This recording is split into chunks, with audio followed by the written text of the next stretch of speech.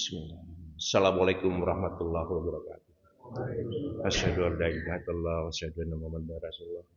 Allahumma shalli ala sayyidina Muhammad wa ala sayyidina Muhammad. Rabbi shrah li sadri wa yassir li amri wa hlul 'uqdatam min lisani yafqahu qawli. Mukminin wal mukminat jamaah salat subuh yang sama-sama mengharapkan ridha Allah Subhanahu wa taala. Saya teringat beberapa tahun yang lalu seorang anak muda non-muslim yang kebetulan seringkali ikut nimbrung di Kafe Musa di sini.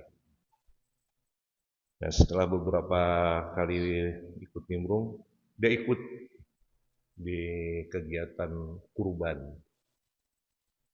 Dan alhamdulillah setelah beberapa kali dia ikut, dia menyatakan, saya sudah masuk Islam Pak, dan sudah mengucapkan 2 kalimat syahadat. Saat ini dia berada di Jakarta dan masih ada komunikasi, masih memeluk agama Islam. Akhir tahun yang lalu datang juga seorang kepala keluarga keluarga muda yang ikut nimbrung juga di sini di Kafe Musa. Dia terlahir dari seorang ibu dari Jawa dan bapak seorang WNI keturunan, dan dia lahir mengikuti agama dari orang tuanya. Menginjak dewasa, ternyata dia mencintai seorang Sunda yang berasal dari Ranca Ekek. Dan karena disyaratkan oleh calon mertua, rupanya terpaksa dia mengucapkan 2 kalimat syahadat. Dia sudah mengikrarkan masuk Islam, tapi sayang sampai bulan Ramadan kemarin dulu masih belum melaksanakan rukun-rukun yang lain. Tak kurang dari Pak Wisnu sering mengolok-olokkan, bercanda itu. Kapan saya lihat kamu masuk melewati Babu Salam? Ketika menjelang Idul Fitri, dia menyatakan, insya Allah Pak, Idul Fitri saya akan mulai sholat. Gimana saya bisa melihat kamu sholatnya? Tunggu saja nanti katanya pada saat sholatnya. Ternyata benar. Ketika berangkat dari rumah ke lapang, dia posting video. Alhamdulillah dalam mobil itu istrinya, anaknya, putranya, mertuanya ada di dalamnya. Dan selama melakukan sholat, terutama pada saat khutbah, berulang kali dia memposting. Begitu pulang, alhamdulillah Pak, saya sudah bisa sholat. Baju saya baru, karena baju yang lama itu sudah kuning karena tidak dipakai. Nah, tinggal satu saya bilang, kapan kamu bisa mengantar anak kamu masuk di dalam masjid ini? Karena dia tiap Jumat itu mengantar anaknya sholat Jumat. Tapi begitu anaknya masuk pagar, dia balik lagi gitu. Dari perjalanan itu ternyata dakwah itu tidak selalu dalam bentuk khotbah, dalam bentuk nasihat, dalam bentuk syiar.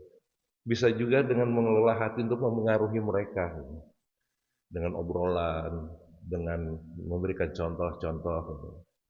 Karena itu barangkali saya sangat berharap di tempat ini dapat diciptakan satu bentuk bagaimana menarik teman-teman muslimin muslimah yang masih ada di luar pagar ini. Kalau dilihat kemarin waktu pemilu, populasi dewasa kita ini 670 orang. Kalau dari 670 itu 80%-nya Islam, kira-kira ada 520 orang lah kita di sini yang dewasa. Kalau dari 520 orang, 1/5-nya saja tertarik untuk kegiatan di masjid ini. Barangkali saf di belakang itu penuh dan luber keluar, hanya dari 1/5-nya saja.